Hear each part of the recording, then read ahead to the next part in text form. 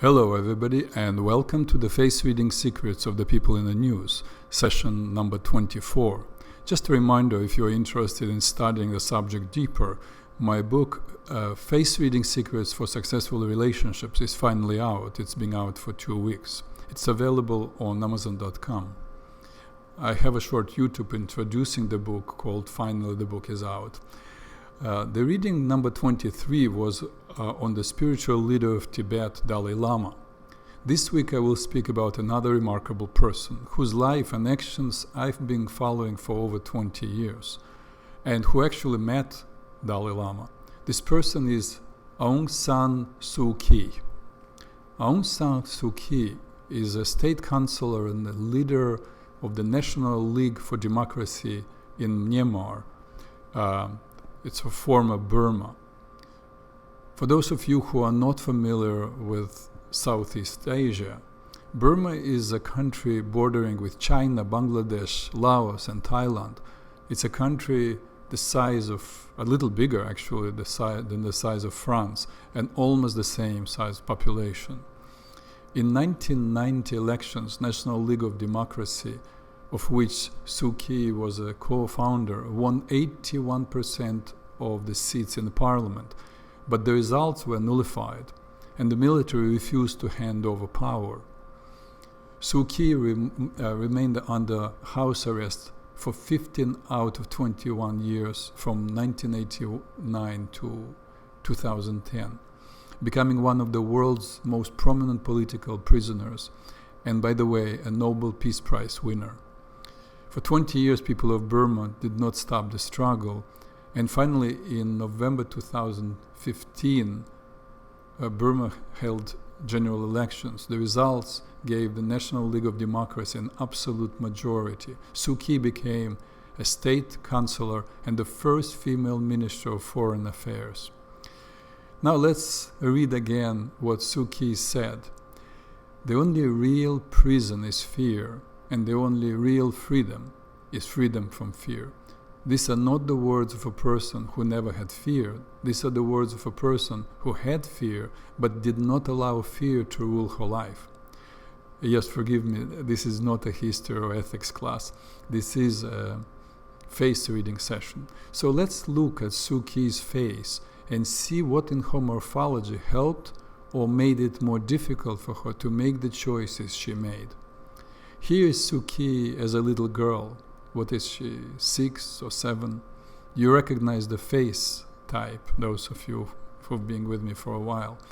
It's pure Venus, right? What do we know about Venus' personality? Venus is the Roman adaptation of the Greek goddess of love, Aphrodite. Indeed, of all 12 personalities, the Venus are the most concerned with loving and being loved. Here she is growing up, still a Venus. Very lively, spunky and resourceful, has a lot of practical intelligence and knows how to organize things to make everyone comfortable, interested in making peace and bringing fighting parties to the negotiating table. Even when she gets married at the age of 27, as you can see, she is still a Venus. But soon after her marriage, she goes from UK, where she studied and where she met her husband Michael Aries, back to Burma to take care of her mother. What she encountered there made her personality change drastically, and of course, as we know, along with it, her face. Already 2 years later, you can see the angularity of her jawbone in the place where there was a gentle Venus curve in the past. After a year of fighting, another year, and creating or co-creating the National League of Democracy of Burma, you see the face is changing even more. It's taking a new shape, more angularity.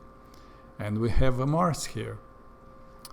You know the Mars personality very well by now. 15 years pass and there is no trace of a Venus. The persecution, the arrests, the home that became a jail turned her into Mars, which as we know is no longer a peacemaker. Mars is a fighter. Mars has no patience to negotiate. Mars is a god of war. Yes, her inner face also, you can see the circle, her eyes, nose and mouth, which is her capacity to take in, to feel pain. Her inner face is quite large. But her outer face, the inner resources, the support system, is large too. So she is capable to feel for others, to be compassionate. But it does not break her. She is able to process her feelings with her mighty intellect, the pink arrows, and make cool, calculated, independent decisions. You see her ears are far from the skull, red arrows. That's independence. She is also competitive. See the triangulation of the wings of the nostril. Competitive, more than likely with herself, which is another driving force behind her actions. And finally, her temperament. Let's talk about that. Her energy type, the innate characteristics that Suu-Kyi came into this world with. As you can see, she is a bilious, a pure bilious. All the characteristics are there. Remember, the forehead and the chin are on the same level. The corner of the jaw goes a little down and then under 45 degrees toward the chin.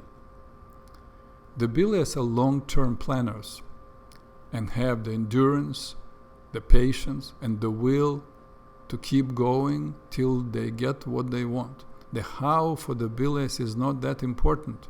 The important thing is to get what they want.